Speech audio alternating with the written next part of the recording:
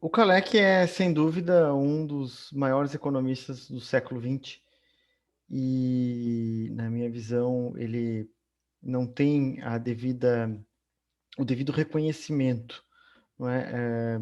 E aí pode-se discutir por quê. Um dos motivos, provavelmente, é porque ele era de um país relativamente periférico, nasceu na Polônia. E outro motivo também que vai marcar um pouco a vida dele era o fato dele ser marxista. E como grande parte dos marxistas, foi perseguido um pouco e teve problemas por causa disso. Mas antes da gente entrar aqui na vida e na obra do Kalec, eu queria antes resolver uma pequena controvérsia com relação à pronúncia do nome dele, né? Então a gente fala sempre Kalec, mas o correto é Michał Kalecki. Michał Kalecki, né? Porque ele era polonês. Então essa é a forma correta como se fala o nome dele, tá? Bom, então o Kalec, ele não estudou economia, como vários outros economistas anteriores, porque o curso de economia ainda era incipiente. Ele estudou matemática e engenharia, embora não tenha concluído, por motivos familiares ou então militares, serviço militar obrigatório e também, principalmente, financeiros.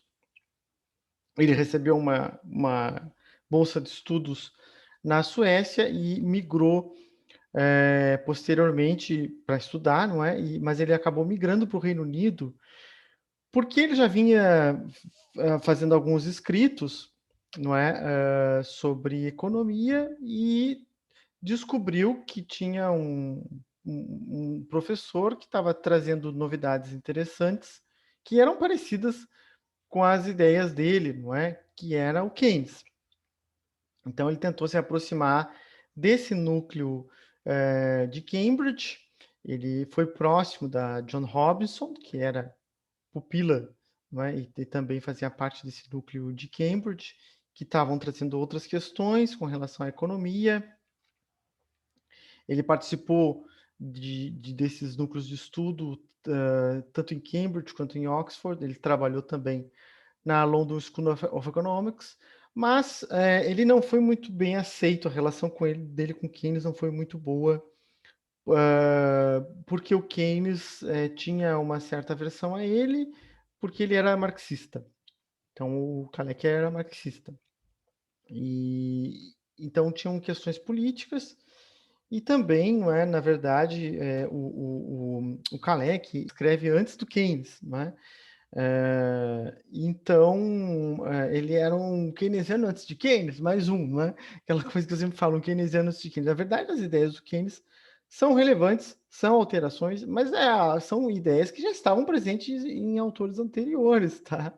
Assim como isso acontece também com Adam Smith mesmo, que ideias que a gente conhece sendo do Smith já estavam presentes em outros autores anteriores, ideias que a gente acha que é do Marx já estavam presentes também em outros autores anteriores, e ideias do Keynes também já estavam presentes em autores anteriores, tá? E no caso aqui, o Kalec, ele escreveu muitas dessas ideias antes do Keynes. E ele também influenciou nesses núcleos de Cambridge o pensamento keynesiano, tá? Muito embora, como eu disse, ele não é dado o devido reconhecimento para o Kalec. Bom, posteriormente ele trabalhou na ONU, ele foi consultor da ONU, consultor fazendo relatórios para países do terceiro mundo. Ele foi para os Estados Unidos, tá? E acabou saindo também por questões políticas, porque logo depois começou uma perseguição aos marxistas e aos comunistas, coisa que era comum sempre, né? Todos os grandes marxistas e comunistas foram perseguidos, como a gente já viu, e outros, né, mortos, torturados e tal. O Kalec não chegou a tanto, né? Mas ele teve esses problemas. O auge do macartismo nos Estados Unidos, posteriormente, né, que ele pega esse período, que é a perseguição aos comunistas. Ele acaba saindo da ONU e volta, então, acaba voltando para a Polônia, onde ele recebe o título de professor, recebe o título de doutor honoris causa, ele não tinha graduação, né? E se torna, então, professor na Polônia e passa a estudar mais economias socialistas e, né, esse é o fim da vida dele, tá?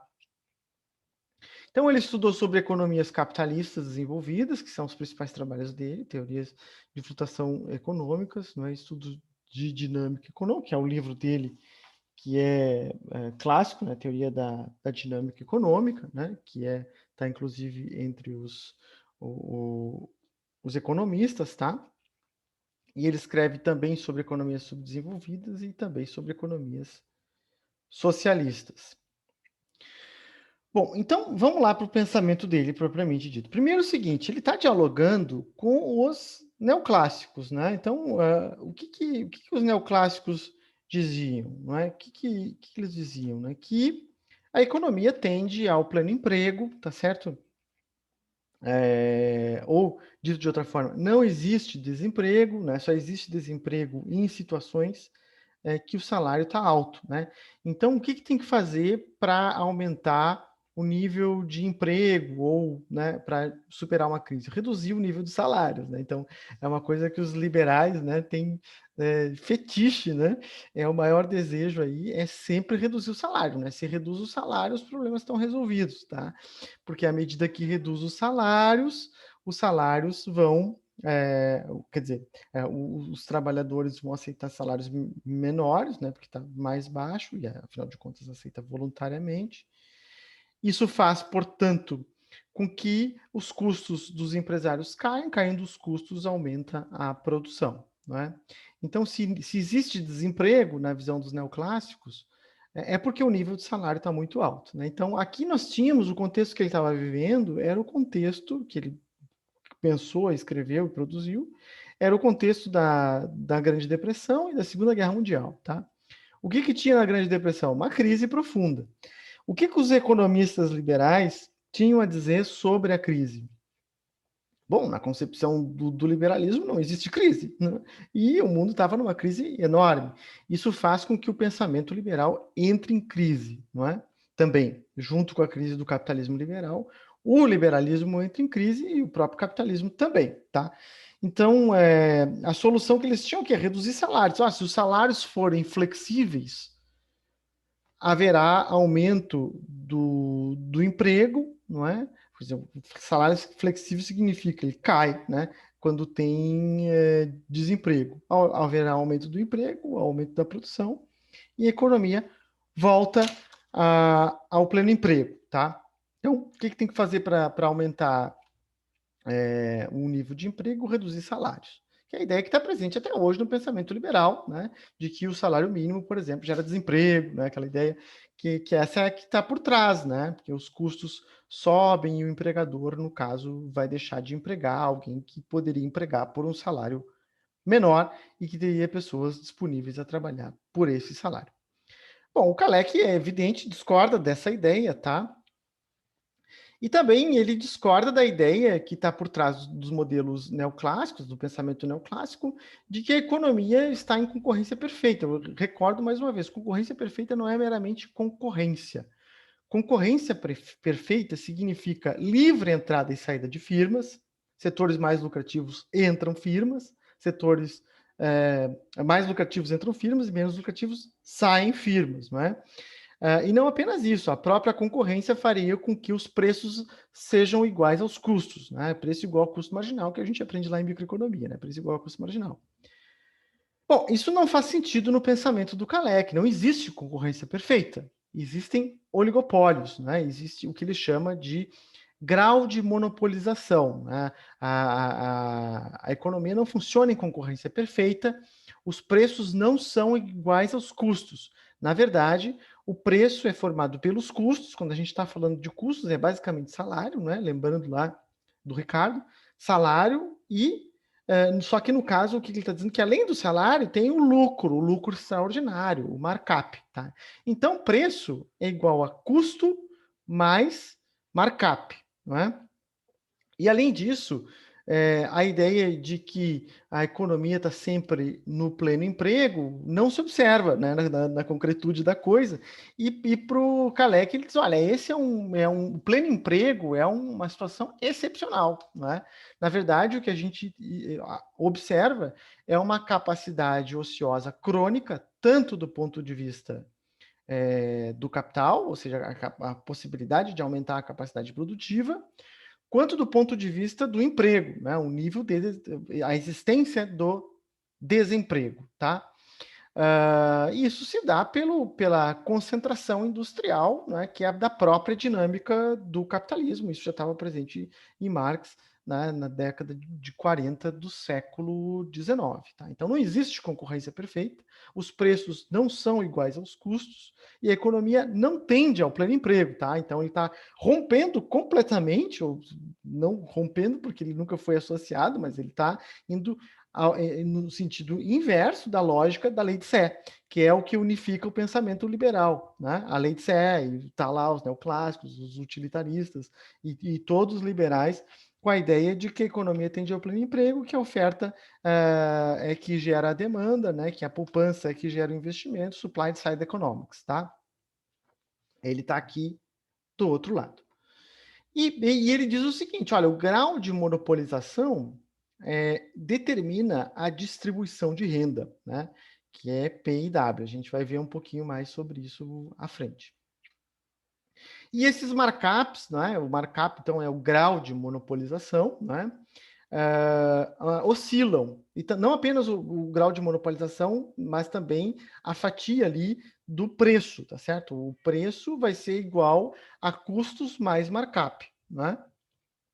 Então, o markup ele oscila. No momento em que eu tenho crise ou depressão, que era o que se observava, não há um pleno repasse, né, da variação de custos para os preços. Ou que ele está dizendo assim, olha, no momento da crise, né, se os custos caem, no caso, os salários caem, né, esse repasse não é total para os preços, não é pleno, ou nem há, tá certo? Que é a ideia que está presente lá na lógica neoclássica, né, e liberal de forma geral.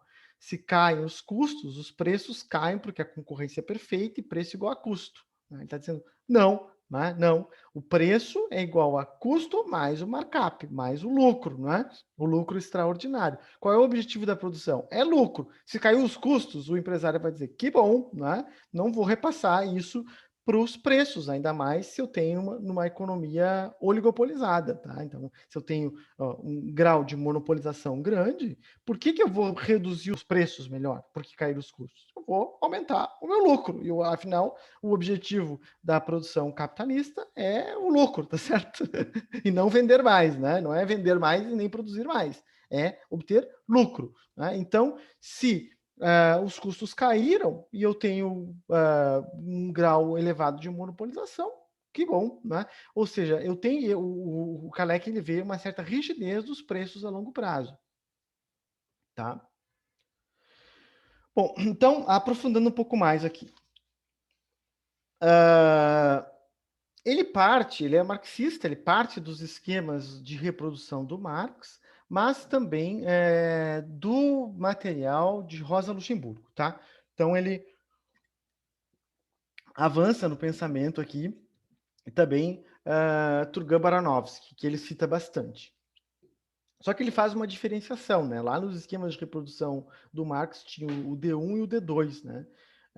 E ele faz 3 departamentos. O departamento 1, isso aqui, vamos agora para o pensamento dele, ele traz uma lógica matemática, ele escreve de forma matemática, equação, equação, equação, equação, equação. Ele escreve pouco, né? Pouco em volume e muito em conteúdo. Então a gente exige um pouco mais de atenção aqui, né? Então, o D1 é o setor de bens de capital, né? Máquinas e equipamentos que atende à indústria. O D2 é bens de consumo, né? Que estava presente isso também lá no Marx, tá? Só que ele separa em dois: bens de consumo dos capitalistas, ou seja, produção de luxo, né? De mais alta renda, e bens de consumo dos trabalhadores, né? O D3, que é alimentos, têxteis, produtos básicos para subsistência. Bom, e aí ele faz esse tableau econômico aqui, né? Ele resgata lá a ideia dos fisiocratas, do tableau, que é algo bem simples, tá? Que ele faz, mas que, mais uma vez, exige um pouco de atenção, porque é daqui que ele vai derivar todo o pensamento dele. Isso aqui é praticamente todo o livro Teoria da Dinâmica Econômica, tá? Todo o pensamento dele aqui é a partir desse quadro aqui, tá? O que está dizendo esse quadro aqui para nós? Nós temos o D1, não é? Bens de capital, tá? Temos o D2, bens de consumo dos capitalistas. Temos o D3, bens de consumo aqui dos trabalhadores, tá? Eu botei um L de que é labor, mas é, no caso, wage, tá? Também, que pode ser os dois, tá? Então, o P é profit, o que é lucro, não é? O W é wage, salários, o Y, produto, tá?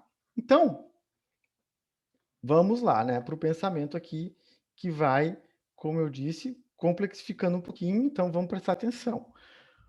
Nem tanto assim também, mas vamos lá, né? Aqui, ó, lembrando, né, a gente já aprendeu lá com o Ricardo, e mesmo de contabilidade social, né, a produção é igual à renda, não é? Então, ou renda é igual à demanda também, a gente pode dizer, não é?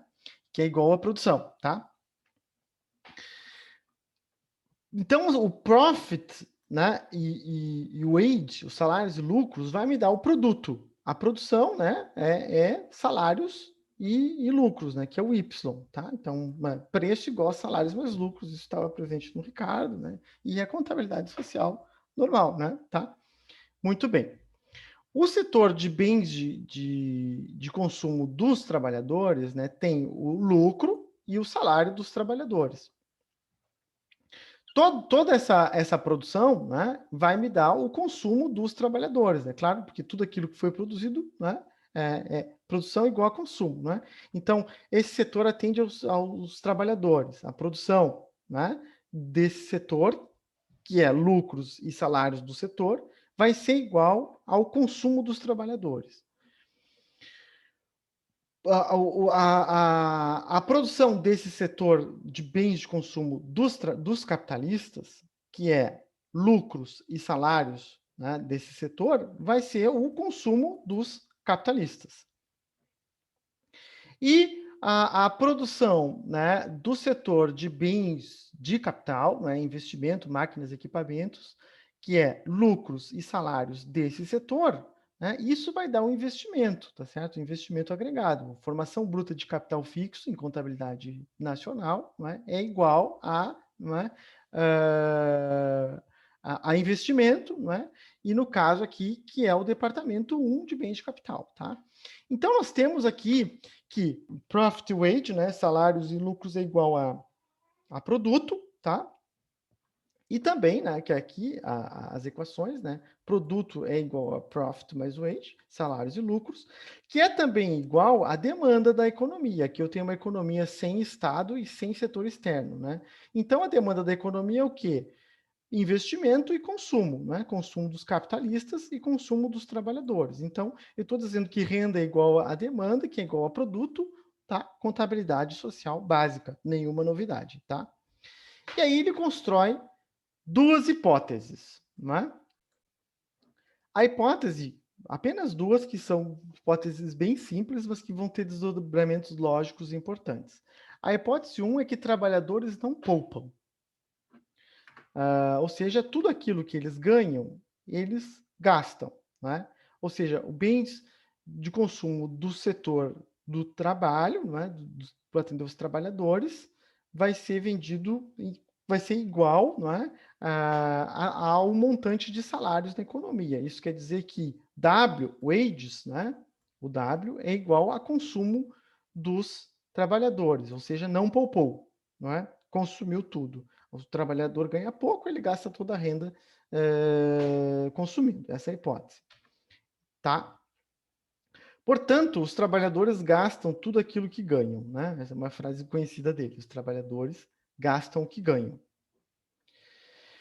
Bom, em termos lógicos, ele vai ter. Nós tínhamos aqui, né, que produto é igual a lucros mais salários, que é igual, né, a renda da economia, que é igual à demanda da economia, que é investimento, né, mais consumo dos trabalhadores e consumo dos capitalistas, investimento e consumo.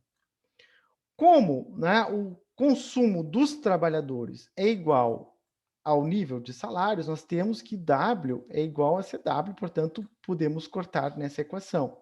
Assim, nós temos que profit, lucros, é igual a investimento mais consumo dos capitalistas.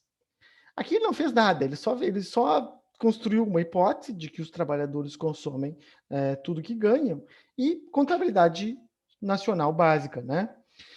Nisso ele chega à conclusão de que os lucros, que é o profit, depende do investimento, da formação bruta de capital fixa e do consumo dos capitalistas, tá? Ou seja, os lucros são determinados pelas decisões dos capitalistas. Essa é uma ideia que já é inovadora, não é? Então, ou seja, o que determina lucro para ele? São as decisões agregadas dos capitalistas, tanto de consumo quanto de investimento, né? Por quê? Porque eles poupam e investem, ao contrário dos trabalhadores que apenas consomem, tá? Então, o lucro é dado pelas decisões dos próprios capitalistas. Assim, a frase também famosa dele: os capitalistas ganham o que gastam.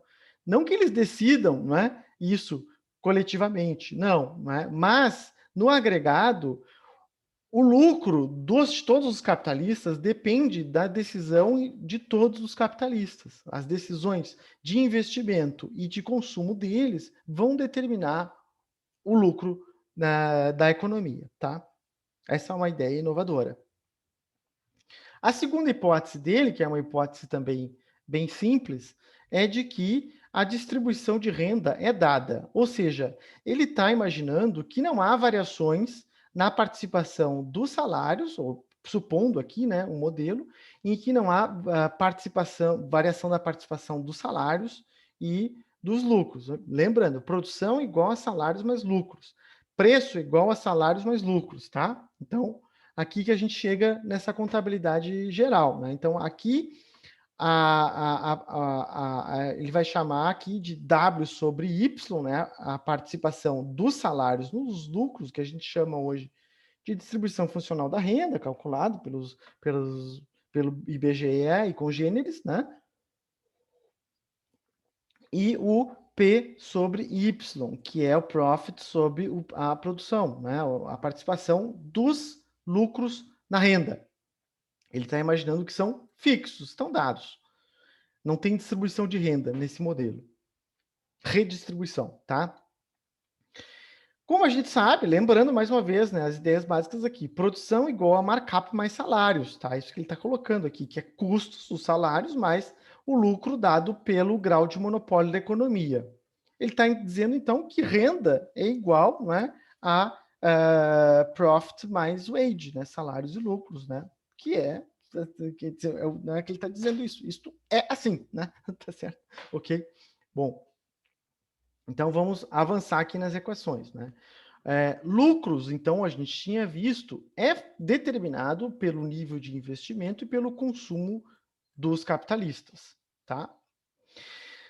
Se eu pegar aqui a fatia de lucro na economia, né, o profit aqui vai ser igual a quê, né? O lucro é o resíduo, né? A ideia também que ele tem aqui, o lucro é o que sobra, tá certo? Eu não sei ex ante o lucro é depois, né? Eu pago os meus custos, pago os salários e o que sobra é lucro, não é?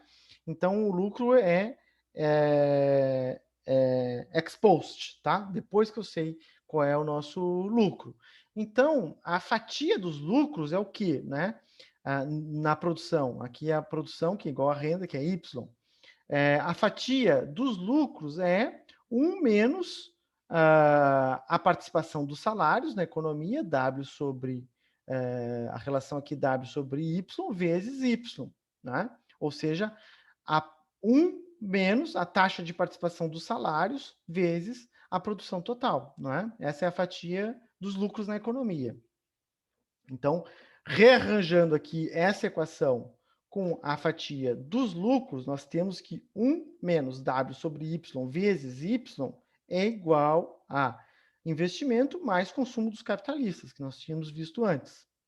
Assim, nós temos aqui, né, essa equação, né, que Y, que é a produção, né, é igual a investimento, mais consumo dos capitalistas, as decisões de gasto dos capitalistas, dividido por 1 menos a fatia da participação dos salários na economia, que é, na verdade, essa relação aqui, a participação dos lucros, tá? Eu estou simplesmente é uma relação entre dessas duas partes da equação, tá?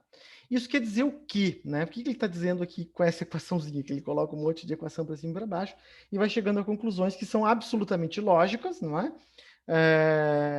Pensamento assim lógico, matemático e que, bom, né? A gente vai chegando a conclusões interessantes. Que a produção, o nível de produção, né, da economia depende dos gastos dos capitalistas, tá? Que ele já tinha dito antes, né? Ou seja, investimento mais consumo dos capitalistas e da distribuição de renda, que ele está assumindo como dada, mas que, né, eventualmente pode mudar. Ou seja, variação na distribuição de renda afeta o nível de produção, né? Isso também é uma novidade, digamos assim, né? Se eu tiver reparticipação da renda, eu vou variar o produto, né? Como? Bom, os trabalhadores não poupam. Portanto, se aumenta a participação dos salários na economia, eles vão consumir. Consumo é demanda, né? Portanto, a demanda é produção. Portanto, é aumento da produção. Assim, se aumentam os salários, aumenta a produção, não é? É isso que ele está querendo dizer, porque vai vender mais. E se aumenta os lucros, isso não está dado, como supõem os neoclássicos, de que aumento dos lucros é igual a aumento de investimento, né? Porque esse lucro não necessariamente vai ser investido, pode ser poupado. E se for poupado, ele vai estar reduzindo a demanda agregada e não aumentando a produção, né? Que é a ideia também que está na lógica, que quer dizer, o Keynes chega a essa conclusão também, né? Só que aqui o Kalec chega antes e por uma forma diferente, tá? A ideia, então, né, de que se reduzir salário não vai necessariamente aumentar o investimento, que é a ideia neoclássica. Reduzir o salário aumentou o investimento, né? Bom, na verdade, se reduzir salário, vai cair a demanda. E caindo a demanda, cai a produção. Né? Caindo a produção, pode até cair o nível de produção, né? Que ele está querendo explicar o quê? É a crise econômica que estava rolando pesadamente lá, né? E que os neoclássicos e os liberais diziam que tem que reduzir salários, né? E isso aprofundava mais a crise, né? Porque já, os salários estavam caindo de fato. E a crise só ia cada vez mais para baixo, né? Bom, né, então isso também é uma ideia básica aqui, bem elementar, né, sem grandes, digamos assim, coisas mirabolantes, né, sem hipóteses absurdas, ele chega a conclusões que são interessantes, né, de que que o investimento aqui no caso é determinado pelo nível determina o nível de lucro da economia, né, que é P é igual a I mais CK, né, que é uma ideia assim também é, digamos assim, inovadora, né, de que o investimento determina o lucro, tá? Ex post, né? Os capitalistas ganham o que gastam, aquela ideia, né? Tá certo? E de que redução do salário não vai gerar crescimento econômico, né? Que deveria ser, na verdade, que ele está falando, a ideia seria o contrário, né? Se aumentar a participação dos salários, é que vai gerar mais consumo na economia, mais demanda e, portanto, crescimento, tá? Então, voltando para a equação, né? Outra ideia básica aqui, que ele está debatendo com os neoclássicos, é a ideia que está presente lá na lei de Sé e tal, que todos os liberais concordam, né? De que o investimento existe porque foi poupado antes. Né? Então, é a poupança que determina o investimento, que eu já falei que essa é uma das discussões mais relevantes que existe em economia. Tá? Se é a poupança que determina o investimento é a poupança, isso é algo que talvez seja a coisa mais relevante. Né? Talvez fosse dizer a coisa mais relevante, eu acho que é isso. Né? A maior, digamos assim, discussão teórica que tem mais desdobramentos lógicos e políticos e tal, é esse, né? Se investimento gera poupança ou poupança gera investimento. Os neoclássicos dizem que o investimento existe porque houve uma poupança prévia, tá? Aqui, bom, a gente sabe que produção, né? E eu vou ter aqui, né, para a gente não esquecer, Y é igual a Y, né? Ou seja, produção igual, né, a distribuição de renda. Aqui, mais uma vez, né? Salários mais lucros é igual à demanda total, demanda agregada, que no caso sem Estado e sem setor externo, é investimento e consumo, né? Então, como nós temos aqui a hipótese de que toda a renda dos trabalhadores é consumida, ou seja, consumo dos trabalhadores é igual a, aos seus salários, a gente pode, então, né, cortar aqui o W e o CW, né? Tá? Então, W é igual a W, né? E CW igual a CW, portanto, corta. Que a gente já tinha chegado nessa lógica aqui, eu estou reconstruindo para a gente não se perder. Lucros é igual a investimento mais consumo dos capitalistas, tá? Se eu diminuir consumo dos capitalistas dos dois lados da equação, aqui, só para fazer algo que ele está querendo aqui, né? Diminui aqui dos dois lados, né? Nós vamos ter essa outra equação aqui. SK é poupança dos capitalistas. Poupança dos capitalistas nada mais é do que a renda deles, que é os lucros, menos o consumo, certo? Então, o lucro dos capitalistas menos o consumo vai dar, né, a poupança. Então, aqui nós temos justamente, né, que P menos CK, que está aqui, né, é igual a poupança, tá?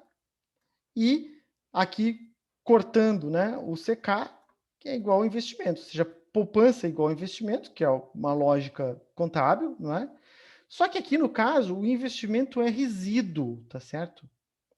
O investimento, ou seja, ele não depende da poupança, tá certo? O investimento é resíduo nessa equação. Ele chega a essa conclusão, que é algo que vai ser conhecido como uma ideia do Keynes, né? Mas o Kalec também escreveu sobre isso, escreveu antes, inclusive, publicou antes essas ideias, tá? Ou seja, né, é o investimento que determina a poupança, tá? Bom, então, né, mais uma vez, o consumo dos trabalhadores depende, é função, né, do consumo dos capitalistas e do investimento. Na verdade, a economia ela é determinada pelo consumo dos capitalistas e pelo investimento. É isso que ele está dizendo. A dinâmica econômica, os ciclos da economia, a variação de produção, o nível de consumo, o nível de emprego da economia é determinado pelo comportamento do gasto dos capitalistas, que é investimento ou consumo. Né? Se eles investem, ou se eles consumam, se eles poupam ou não, é isso que vai afetar o nível, a dinâmica macroeconômica. Tá? Notem, aqui entrou macroeconomia. Né? Primeira vez que aparece aqui macroeconomia de verdade. E a macroeconomia marxista. Não é? Bom, então o consumo dos trabalhadores é uma função de quanto os capitalistas gastam e investem, tá? E outra novidade aqui, que os desajustes entre investimento e poupança são efetuados no nível de renda, certo? Ou seja, eu posso ter um rebaixamento do nível de renda se a poupança aumenta. Se a poupança é não consumo. Se o não consumo, né, não consumo é a redução do consumo. Se cai o consumo, cai a produção. E produção é o produto. Portanto, se aumenta a poupança, né, cai o nível de renda. É isso que ele está dizendo. Né? Então, as pessoas gastam menos, isso vai fazer com que a demanda caia, não é? E a demanda caindo é aumento do desemprego. Essa ideia é tida como uma ideia keynesiana, né? Que é revolucionário, a revolução keynesiana, né? Porque os neoclássicos não tinham essa ideia, né? Tinha, até hoje, né? O discurso aí fala, não, o Brasil tem que aumentar a poupança, né? Só que poupança é consumir menos, está dizendo que as pessoas têm que consumir menos. Se consumir menos, né? A ideia está dizendo aqui é a produção vai cair, cara, isso é crise, né? Desemprego, né? É isso aqui, tá? Eu estou tentando explicar o desemprego. coisa que os neoclássicos estavam com dificuldade de explicar, a crise, né, e o desemprego. Então tem que reduzir salários, né, dizia os neoclássicos, tá?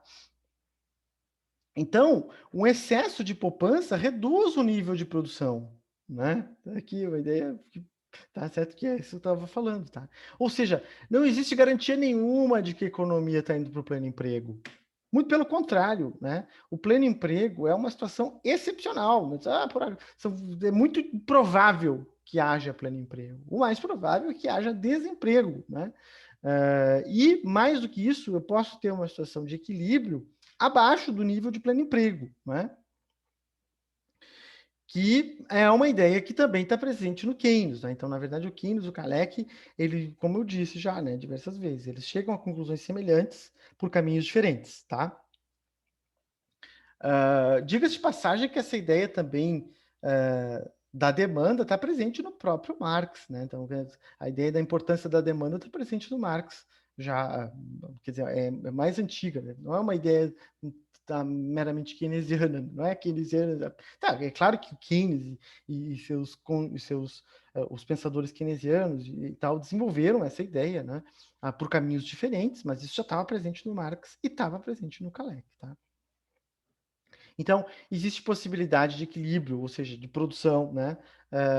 No nível do steady state lá, abaixo do nível de pleno emprego, com capacidade ociosa tanto na indústria quanto, né, desemprego de mão de obra, não é? E que, nesse modelo aqui de economia fechada, não é? E sem governo, quem vai determinar se vai ter pleno emprego ou não é o gasto dos capitalistas. Se os capitalistas investirem e consumirem, a economia vai crescer. Se os capitalistas pouparem, a economia não cresce, tem uma redução da produção, tem uma redução do nível de emprego, tá? E, portanto, desemprego, tá? Bom, além disso, ele cita bastante e leu a Rosa Luxemburgo, né? Um dos pontos importantes lá da Rosa Luxemburgo são os mercados externos, né? A importância que os mercados externos e os gastos governamentais, quer dizer que essa ideia já estava presente no marxismo, né? Os gastos governamentais, nos casos que ela fala dos gastos militares, né? E as economias externas podem tirar a economia da crise, né? A economia dos países ricos, no caso, né? Se eles encontrarem novos mercados externos, ou então lucratividade em países externos, ou então os gastos governamentais, no caso ela faz referência aos gastos militares, podem gerar demanda, tá? O Kalec concorda com essa ideia e diz o seguinte, olha, os gastos públicos, né? Eles podem gerar crescimento, portanto, essa ideia aqui, que também vai contra a ideia dos neoclássicos, né? Vamos dizer que gastos públicos é a pior coisa que existe, né? O Estado, no geral, para os liberais, é tudo de ruim, né? Então, eles dizem, ó, gastos públicos elevam a demanda, né? Consumo e tal, investimento, desde que não sejam financiados por tributos sobre os trabalhadores, porque os trabalhadores já consomem toda a renda.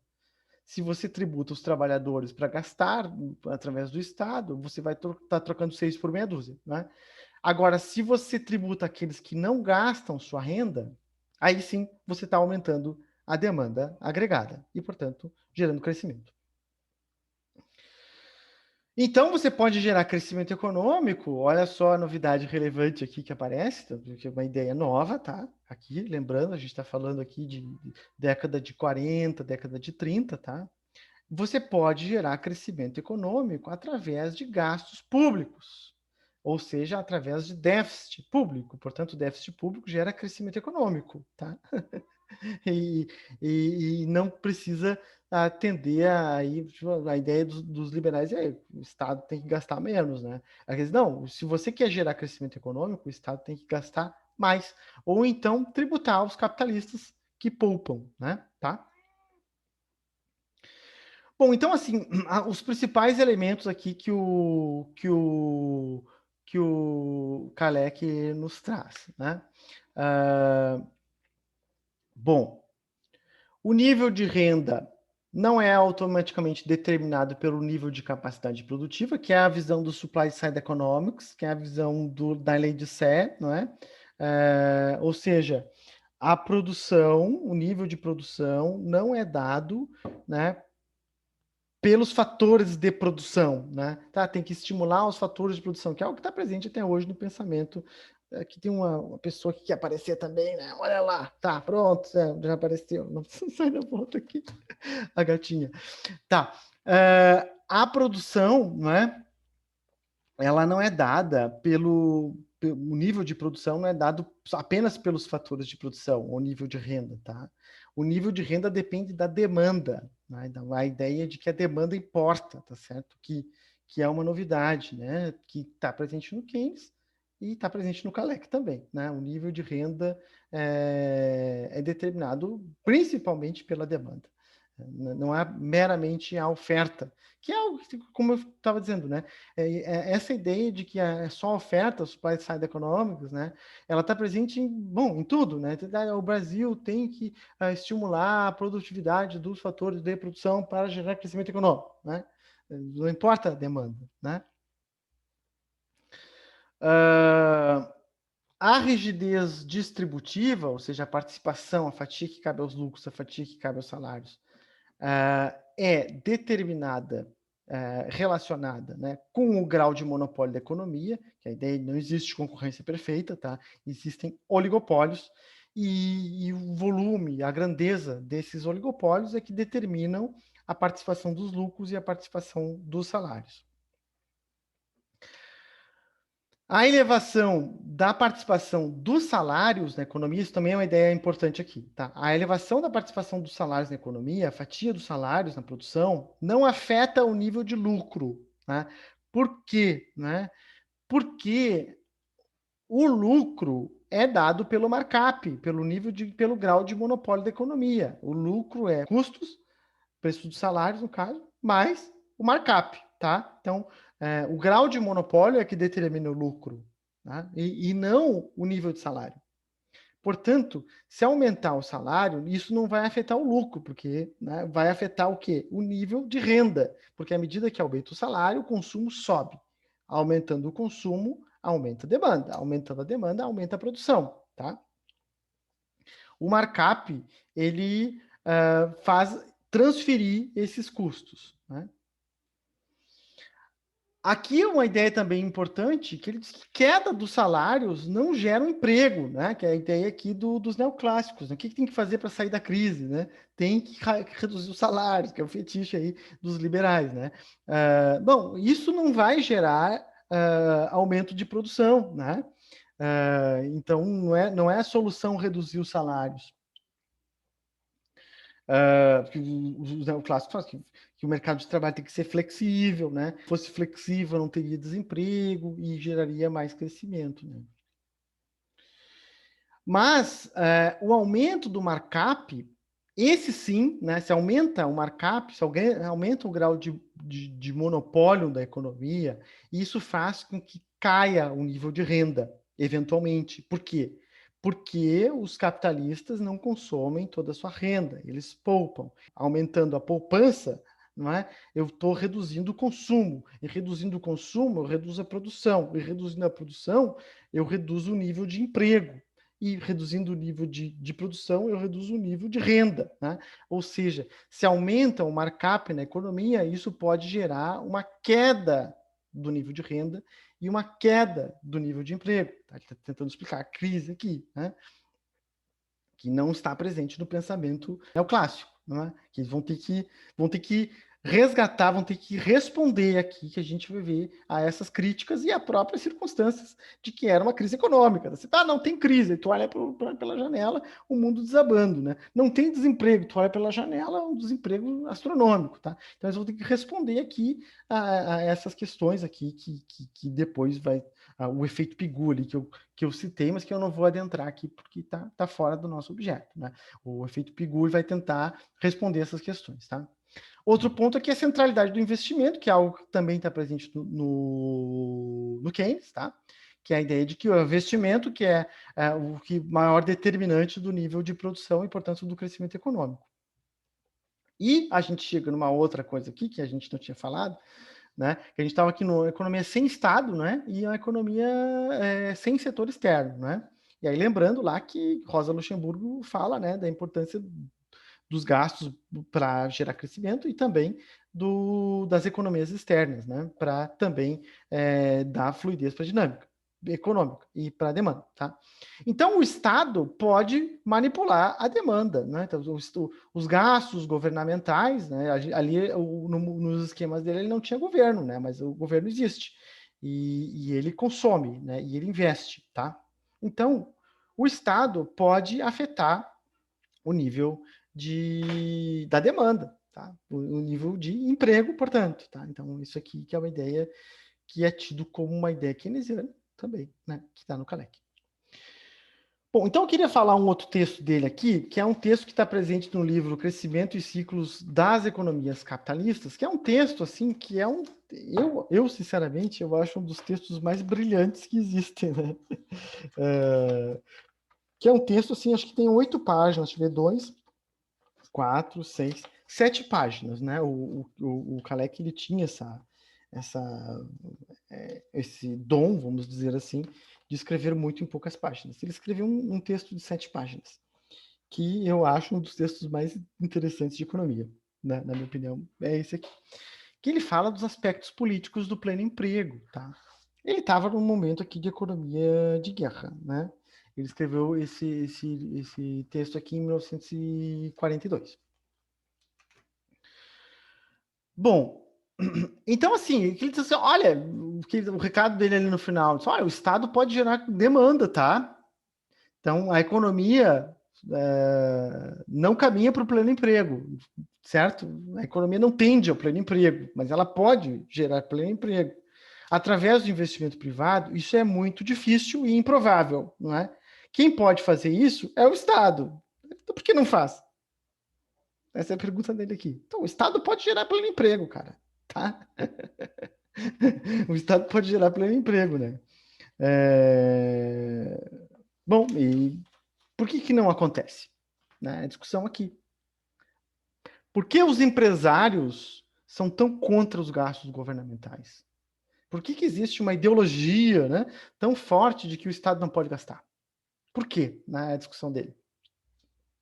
E por que os empresários são tão afeitos a essa ideia? Aí ele coloca 4 motivos. Né? Né, isso geraria uma reprovação à interferência pura e simples do governo no problema do emprego. Né? E aí a ideia, né, que está lá dos liberais, né, de que o nível de emprego depende dessa coisa etérea, né, dessa coisa quase, né, transcendental, que é um estado de confiança, né, que está presente também, aliás, no próprio Keynes. Né. O estado de confiança é que vai determinar o crescimento econômico. Né? O que é a confiança? Bom, a confiança vem se o Estado gasta menos, né? Não é a ideia lá, a confiança vem se o Estado gasta menos.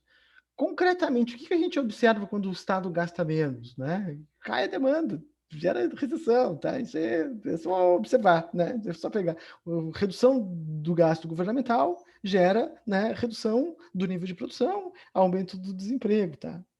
É isso que acontece na prática, tá? Mas ele diz, se o Estado gastar menos, vai gerar crescimento econômico. Alguém está vendo isso? Alguém assiste isso? Minuto de silêncio aí, né? O Estado gasta menos, isso gera crise, gera desemprego, né? Tá aí a economia brasileira para não deixar, né? Cobrando aí, né? Se o Estado cortar gastos, a economia vai crescer, né? Estamos aí esperando até hoje, há anos e anos e anos, o corte de gastos sucessivos, economia neca de pitiribiriba, tá? Então, na verdade, isso aqui não é verdade, né? Então, enfim, não acontece, né? E por que há sempre essa defesa? Porque a ideia que ele traz aqui de que os capitalistas eles querem controlar a política governamental, né? Para que não gere pleno emprego, né? Porque pleno emprego significa o quê? Emprego, né? De todos, emprego de todos é a elevação do nível dos salários, né? Tá? Então, eles não querem que haja esse nível de pleno emprego, tá? Então, é a imposição constante das finanças sadias, né? Do corte de gastos públicos, né? E mais do que isso, né? Se o governo começar a gerar pleno emprego, isso vai reduzir o poder de barganha e a importância política e econômica dos próprios capitalistas, tá? Esse é o ponto um. Ponto dois, aqui a reprovação, a direção da despesa governamental para investimento público e subsídio ao consumo. Então, existe uma reprovação, né, do investimento estatal, né, e do subsídio ao consumo. De um lado, porque à medida que o Estado investe em setores que eventualmente são lucrativos, ele está concorrendo com o setor privado e está eventualmente tirando oportunidades de investimento do setor privado. Então, a ideia que está presente lá no Keynes também, de que o Estado tem que investir apenas nos setores onde o setor público, o setor privado não investe, né? Está presente no Keynes. O Kalec já discorda dessa ideia, né? Por quê? Porque, bom, isso aí, na verdade, é para manter lá a lucratividade de alguns setores específicos, né? E uma constante oposição a subsídios populares, né? Para a classe popular, o consumo popular, né? Que tenha por trás a ideologia da meritocracia, né? De que você vai ganhar e vai obter renda com o suor do seu rosto, como diz o Kalec, tá? Bom, além disso, a reprovação a mudanças sociopolíticas. Uma situação de pleno emprego, isso a gente observa, né, na história, e no Brasil, por exemplo, isso aconteceu. Uma situação de pleno emprego gera um nível de confiança muito grande dos trabalhadores, né, que faz com que eles eventualmente fiquem menos disciplinados por trabalho, possam pedir demissão com mais facilidade, possam ter eventualmente maior empregabilidade e maiores oportunidades de emprego e, portanto, né, eles ficam menos afeitos à disciplina do trabalho e menos afeitos a obter salários menores, é claro, né? Então, né, isso é ruim para os capitalistas, essa é a ideia que ele está dizendo aqui. E que os subsídios ao investimento aprovado pelos capitalistas deve ser via redução de juros ou então de tributos, tá? Porque, bom, né, isso não vai afetar o nível de pleno emprego, vai afetar os custos empresariais, né? E aí, só que isso não elimina os ciclos da economia na visão do Kalec. Então, ele fala sobre os ciclos da economia, né? O objeto de estudo maior dele é justamente os ciclos da economia, tá? Para explicar as crises, né? E ainda, né, numa situação eventual de pleno emprego, se o governo fizer políticas reiteradas de pleno emprego, ele vai ter uma forte oposição empresarial, né? Ele diz que vai se formar um poderoso bloco de grandes empresários e rentistas que vão exigir do governo corte de gastos públicos. Esse corte de gastos públicos vai reduzir o nível de demanda agregada. Esse nível de demanda agregada reduzido vai gerar uma elevação do nível de desemprego e, portanto, redução do nível salarial, tá? Aqui a passagem famosa dele, né? Mas se forem feitas tentativas de aplicar esse método a fim de manter o alto nível de emprego alçado na subsequente prosperidade, ou seja, uma política econômica que gera emprego, não é? É provável que haverá uma forte oposição por parte de líderes empresariais. Como já foi assinalado, um pleno emprego duradouro não é absolutamente do gosto deles. Nessa situação, é provável a formação de um poderoso bloco de grandes empresários e rentistas que encontraria mais de um economista para declarar que a situação é claramente enferma. A pressão de todas essas forças, e em particular das grandes empresas, muito provavelmente induziria o governo a retornar à política ortodoxa de corte do déficit público.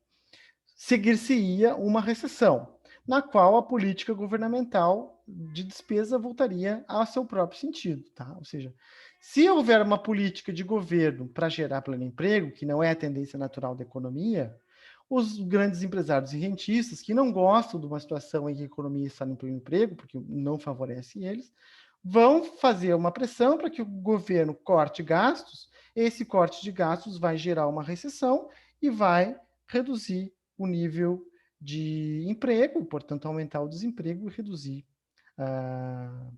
o nível de salário, tá? Bom,